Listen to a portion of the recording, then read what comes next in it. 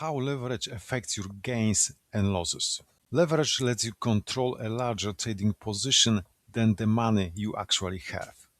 If you have a $1,000 and use 10 to 1 leverage, you can trade a position worth $10,000. You're not increasing your chances of winning.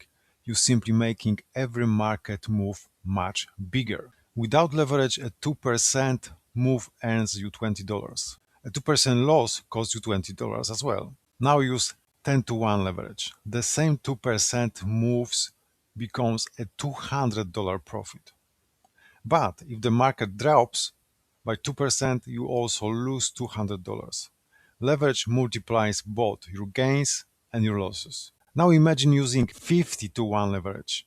A 2% gain doubles your account, but the 2% loss can wipe out your entire balance. That's why so many day traders lose money. Not because leverage is bad, but because they use too much of it.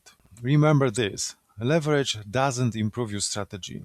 It doesn't predict the market. It simply makes every result bigger.